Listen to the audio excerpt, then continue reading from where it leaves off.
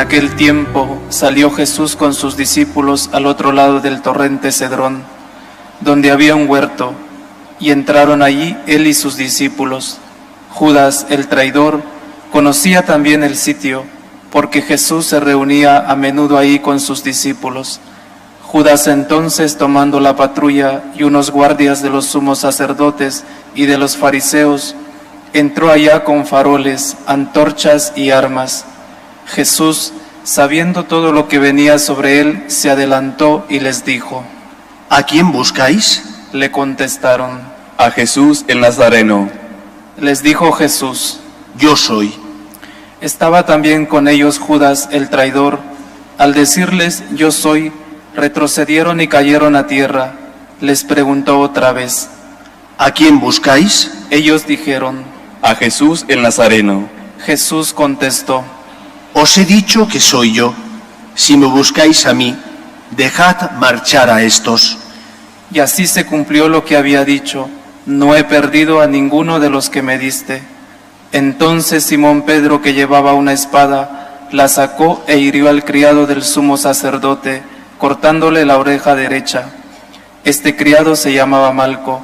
Dijo entonces Jesús a Pedro: Mete la espada en la vaina. El cáliz que me ha dado mi Padre, ¿no lo voy a beber? La patrulla, el tribuno y los guardias de los judíos prendieron a Jesús. Lo ataron y lo llevaron primero a Anás, porque era suegro de Caifás, sumo sacerdote aquel año. Era Caifás el que había dado a los judíos este consejo: conviene que muera un solo hombre por el pueblo. Simón Pedro y otro discípulo seguían a Jesús. Este discípulo era conocido del sumo sacerdote, y entró con Jesús en el palacio del sumo sacerdote, mientras Pedro se quedó fuera a la puerta. Salió el otro discípulo, el conocido del sumo sacerdote, habló a la portera e hizo entrar a Pedro. La criada que hacía de portera dijo entonces a Pedro: ¿No eres tú también de los discípulos de ese hombre? Él dijo: No lo soy. Los criados y los guardias habían encendido un brasero, porque hacía frío y se calentaban. También Pedro estaba con ellos de pie, calentándose. El sumo sacerdote interrogó a Jesús acerca de sus discípulos y de la doctrina. Jesús le contestó: Yo he hablado abiertamente al mundo. Yo he enseñado continuamente en la sinagoga y en el templo, donde se reúnen todos los judíos, y no he dicho nada a escondidas. ¿Por qué me interrogas a mí? Interroga a los que me han oído, ¿de qué les he hablado? Ellos saben lo que he dicho yo. Apenas dijo esto, uno de los guardias que estaba allí le dio una bofetada a Jesús diciendo: ¿Así contestas al sumo sacerdote? Jesús respondió: Si he faltado al hablar, muestra en qué he faltado. Pero si he hablado como se debe, ¿por qué me pegas? Entonces Anás lo envió atado a Caifás, sumo sacerdote. Simón Pedro estaba en pie, calentándose, y le dijeron: ¿No eres tú también de sus discípulos? Él lo negó diciendo: No lo soy. Uno de los criados del sumo sacerdote, pariente de aquel a quien Pedro le cortó la oreja, le dijo: ¿No te he visto yo con él en el huerto?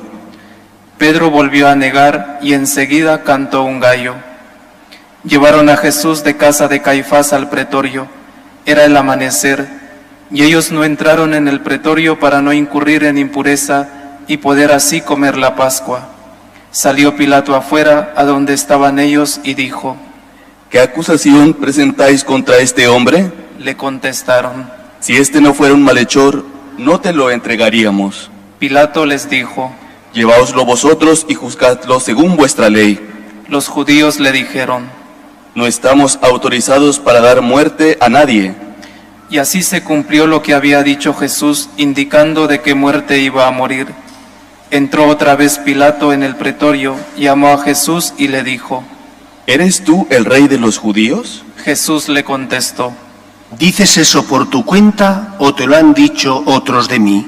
Pilato replicó: ¿Acaso soy yo judío? Tu gente y los sumos sacerdotes te han entregado a mí. ¿Qué has hecho? Jesús le contestó: Mi reino no es de este mundo. Si mi reino fuera de este mundo, mi guardia habría luchado para que no cayera en manos de los judíos, pero mi reino no es de aquí. Pilato le dijo. ¿Con que tú eres rey? Jesús le contestó. Tú lo dices, soy rey. Yo para esto he nacido y para esto he venido al mundo, para ser testigo de la verdad. Todo el que es de la verdad, escucha mi voz. Pilato le dijo. ¿Y qué es la verdad? Dicho esto, salió otra vez a donde estaban los judíos y les dijo. Yo no encuentro en él ninguna culpa. Es costumbre entre vosotros que por Pascua ponga a uno en libertad.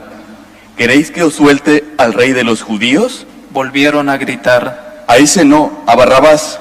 El tal Barrabás era un bandido. Entonces Pilato tomó a Jesús y lo mandó a azotar, y los soldados trenzaron una corona de espinas, se la pusieron en la cabeza y le echaron por encima un manto color púrpura, y acercándose a él le decían: Salve, rey de los judíos. Y le daban bofetadas. Pilato salió otra vez afuera y les dijo: Mirad, os lo saco afuera, para que sepáis que no encuentro en él ninguna culpa. Y salió Jesús afuera, llevando la corona de espinas y el manto color púrpura. Pilato les dijo: Aquí lo tenéis. Cuando lo vieron, los sumos sacerdotes y los guardias gritaron: Crucifícalo, crucifícalo. Pilato les dijo: Llevaoslo vosotros y crucificadlo, porque yo no encuentro culpa en él. Los judíos le contestaron: Nosotros tenemos una ley, y según esa ley tiene que morir, porque se ha declarado Hijo de Dios. Cuando Pilato oyó estas palabras, se asustó aún más, y entrando otra vez en el pretorio, dijo a Jesús: ¿De dónde eres tú? Pero Jesús no le dio respuesta. Y Pilato le dijo: ¿A mí no me hablas? ¿No sabes que tengo autoridad para soltarte y autoridad para crucificarte? Jesús le contestó: No tendrías ninguna autoridad sobre mí si no te la hubieran dado de lo alto. Por eso, el que me ha entregado a ti tiene un pecado mayor.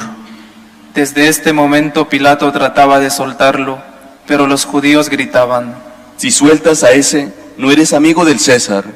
Todo el que declara rey está contra el César.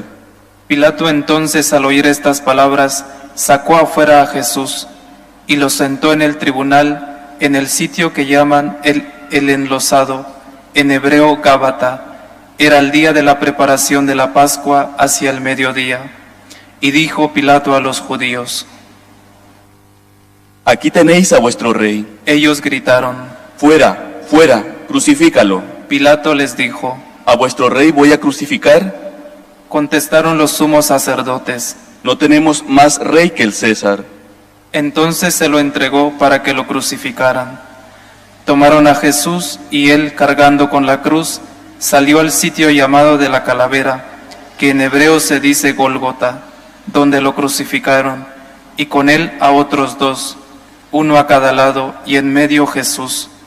Y Pilato escribió un letrero y lo puso encima de la cruz. En él estaba escrito: Jesús el Nazareno, el Rey de los judíos. Leyeron el letrero muchos judíos porque estaba cerca el lugar donde crucificaron a Jesús, y estaba escrito en hebreo, latín y griego. Entonces los sumos sacerdotes de los judíos dijeron a Pilato: No escribas el rey de los judíos, sino, este ha dicho, soy el rey de los judíos. Pilato les contestó: Lo escrito, escrito está. Los soldados, cuando crucificaron a Jesús, cogieron su ropa, haciendo 4 partes, una para cada soldado, y apartaron la túnica. Era una túnica sin costura, tejida toda de una pieza de arriba abajo, y se dijeron: No la rasguemos, sino echemos a suerte, a ver a quién le toca. Así se cumplió la escritura: se repartieron mis ropas y echaron a suerte mi túnica. Esto hicieron los soldados. Junto a la cruz de Jesús estaban su madre, la hermana de su madre, María la de Cleofás, y María la Magdalena.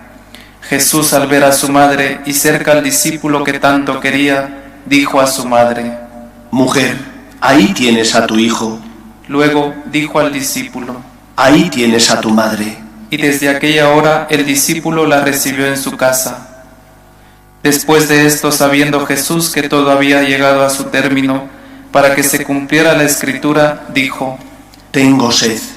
Había ahí un jarro lleno de vinagre, y sujetando una esponja empapada en vinagre a una caña de hisopo, se la acercaron a la boca. Jesús, cuando tomó el vinagre, dijo: Está cumplido. E inclinando la cabeza, entregó el espíritu. Nos arrodillamos.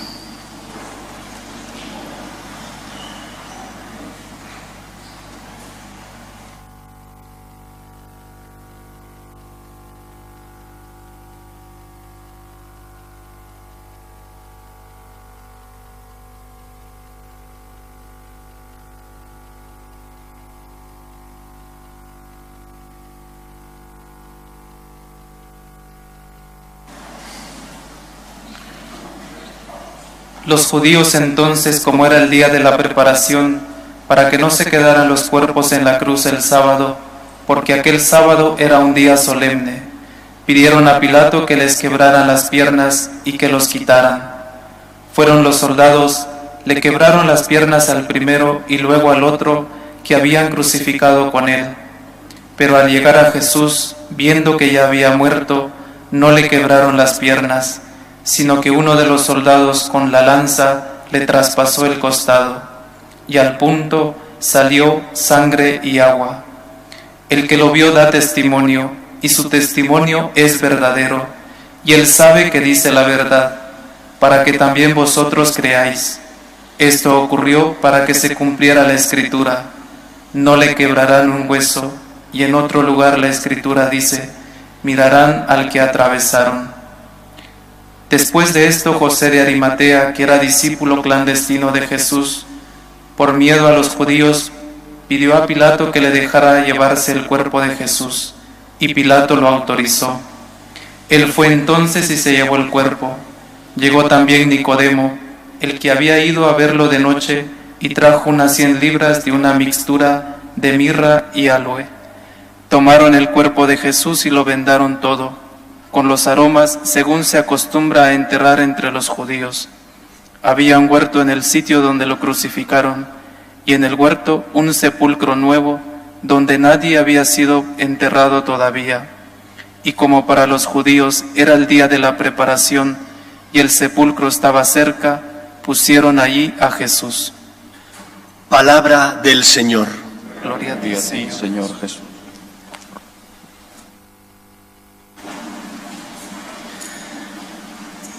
Hemos escuchado por segunda vez en esta semana el relato de la Pasión. En ella el evangelista repasa cada uno de los acontecimientos más importantes del sufrimiento, de la agonía, del martirio, de la crucifixión de Cristo. No es un mito, es algo que ocurrió. No hay duda de que Jesús murió de esa manera. Y lo más importante es que la causa y la razón de su muerte en la cruz tiene nombres y apellidos. Esos nombres y esos apellidos somos nosotros. Por ti el Señor subió a la cruz.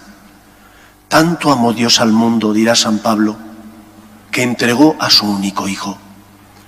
Por eso en los momentos de cruz, de dificultad, cuando a veces no entiendas los planes de Dios, recuerda que Cristo murió en la cruz por ti. Hemos de ser fieles, como decía San Pablo, a los momentos de luz. ¿Qué es un momento de luz? Un momento de luz es un acontecimiento que ha ocurrido en tu vida y donde el Señor se ha mostrado contigo especialmente generoso, misericordioso, ha mostrado su divinidad. De igual manera que Jesús se llevó a sus discípulos al Tabor y allí les mostró su rostro, ¿cuántas veces nosotros hemos podido sentir con nuestras manos o con el corazón el amor de Dios? Habrá otros momentos donde no. Hay momentos de oscuridad. Hay otras veces donde nos encontramos ante esa noche oscura del alma, donde no sentimos, donde nos encontramos secos como una teja, donde por más que intentamos hablar con Dios, no logramos que de nuestro corazón broten sentimientos ni palabras. Es la noche oscura de la que hablan los místicos. Pero tenemos que recordar los momentos de luz. ¿Has perdido a un ser querido? Quizás algún familiar o amigo tuyo está hospitalizado o pasando la COVID. ¿Tienes dificultades económicas debido a la crisis sanitaria y económica que estamos padeciendo? Mira la cruz de Cristo. Que no te falte la esperanza, porque un mundo sin esperanza es un mundo abocado a la destrucción y por lo tanto es un mundo donde no se puede vivir. Solo cuando uno se aferra a Cristo y a la esperanza que Dios le da, encuentra sentido a su vida, aunque tenga que asumir la cruz, el misterio o el dolor. Lo primero es recordar: yo soy la causa de la muerte en la cruz de Cristo. Por mí el Señor se entregó. No tengo derecho a dudar de Él. Si estoy necesitado de consuelo, que es normal, vendré a pedir al Señor ayuda y auxilio, pero no vendré a retarle ni a dudar de su amor. No haré infame su muerte en la cruz. Y lo hacemos infame y la tiramos por tierra cuando nos parece que no vale para nada, cuando solamente nos quejamos y nunca somos capaces de valorar lo que tenemos. Somos como ese eterno insatisfecho que pide, pero nunca da gracias porque no valora lo que tiene. Reconozcamos el amor que Dios nos tiene y cuando tengamos heridas, cuando haya momentos difíciles, vengamos a rezar, vengamos a pedir al Señor ayuda. En segundo lugar, tengo la impresión de que a veces somos como ese buen cirujano que sabe extirpar el tumor del cuerpo sin dañar el resto de órganos sanos. Pero somos cirujanos para mal, porque quitamos aquello que el Señor nos dice que no comprendemos o que pensamos que nos va a hacer daño. Hemos escuchado cómo Jesús dice: yo soy el camino, la verdad y la vida. ¿Dónde está la vida de aquel que murió en la cruz? En esos momentos no había fracasado. Sin embargo, hemos de recordar todo el mensaje de Jesús, que te dice que Él es el camino, la verdad y la vida, pero que el grano de trigo que no cae en tierra y muere, no da fruto. ¿Por qué siempre vemos la vida con los ojos mundanos en lugar con los ojos de la fe? ¿Por qué nos olvidamos de que el Señor cumple su palabra y nos dijo que el grano de trigo tiene que caer, morir, para dar fruto y que ese fruto sea abundante? Todavía no nos creemos las palabras de Jesús. Nos cuesta entender que cuando el Señor nos pide que muramos a algo, nuestras pasiones, nuestros egoísmos, y nos cuesta creer en su palabra. ¿Por qué dudar de Él? Él nos demostró que su autoridad proviene de que es el Hijo de Dios, el Todopoderoso, y vive lo que habla, lo que predica lo cumple. Él dijo que el grano de trigo tenía que morir y murió por nosotros para dar fruto. Pero no acabamos de entender que la muerte de Cristo significó su victoria y que cuando nosotros nos negamos a nosotros mismos en aquello que no es bueno, que no es legítimo porque no construye una sociedad más justa y porque no ayuda a la convivencia en la sociedad ni al bien común de los que están a tu lado, que cuando nos negamos a eso, nunca perdemos, siempre ganamos. Con cuánta razón decía San Francisco que es dando cuando uno recibe, que es perdonando cuando uno se siente perdonado, porque es verdad. Cristo muriendo en la cruz nos dio la vida. Cristo muriendo en la cruz, Cristo fracasado a los ojos de los hombres, sin embargo triunfó, venció al pecado y pagó la deuda contraída por cada uno de nosotros. Por eso en los momentos difíciles, cuando te cueste entender lo que el Señor te pide, porque parece difícil, porque no encuentras sentido, recuerda, tienes que morir a todo aquello que te esclaviza, a todo aquello que no construye la vida común, que no genera una sociedad más justa ni mejor, y todo lo que te esclaviza te hace daño. Y el precio de eso es mucho mayor que el precio de morir a esas pequeñeces. Cuando luchas contra tu orgullo, contra tu soberbia, Cuando eres generoso, cuando compartes, cuando perdonas como Cristo te perdona a ti, tu vida es una vida plena, con problemas, como toda persona los tiene, pero con el corazón lleno de fe, de esperanza, de gratitud y por lo tanto de alegría. Pidamos al Señor que mueva nuestro corazón para imitarle, para subir a la cruz, para abrazar nuestras cruces y, como tantas veces el Papa San Juan Pablo II nos recordó, dar un sentido cristiano a los momentos difíciles. Y el sentido cristiano no es llevar la cruz porque toca. Eso lo hacen los estoicos y los que no tienen fe. El que no tiene fe, le guste o no, tiene que llevar el cáncer, o tiene que soportar la pérdida de un ser querido, o las dificultades económicas. No es que por no tener fe tengas menos problemas. Los que tenemos fe llevamos las mismas cruces y mayores, porque cargamos sobre nosotros, como cirineos, cruces que son de los otros. Pero llevamos esas cruces ofreciéndolas al Señor, diciéndole: Señor, por ti, dándole un sentido cristiano, redentor, o mejor dicho, de colaboración con el Redentor, a todo ese sufrimiento. Porque como miembros que somos de la Iglesia, del cuerpo místico de Cristo, completamos en nuestra carne, ofreciendo esas cruces y dando un sentido cristiano a nuestros problemas, colaboramos con Cristo en la obra de la salvación. Por lo tanto, sube a la cruz, abraza las cruces inevitables y aquellas cruces evitables que el Señor pide que cojas, llévalas, ofrécelas por amor y verás cómo tu vida se llena de alegría y de esperanza, porque el que ama como Cristo nos enseñó, no pierde su vida, la encuentra. Pero el que se guarde aquí pensando que entregarse al Señor es quitarse la vida, la perderá en la otra vida. Quien la entregue aquí, como el Señor hizo, la ganará aquí y sobre todo en la otra vida. Pidamos al Señor que desde la cruz llene nuestro corazón de su amor, para que no tengamos miedo a entregarnos, como Él hizo por nosotros para salvarnos. Abracemos la cruz dándole sentido, el sentido redentor del amor. Que el Señor nos ayude. Nos ponemos en pie.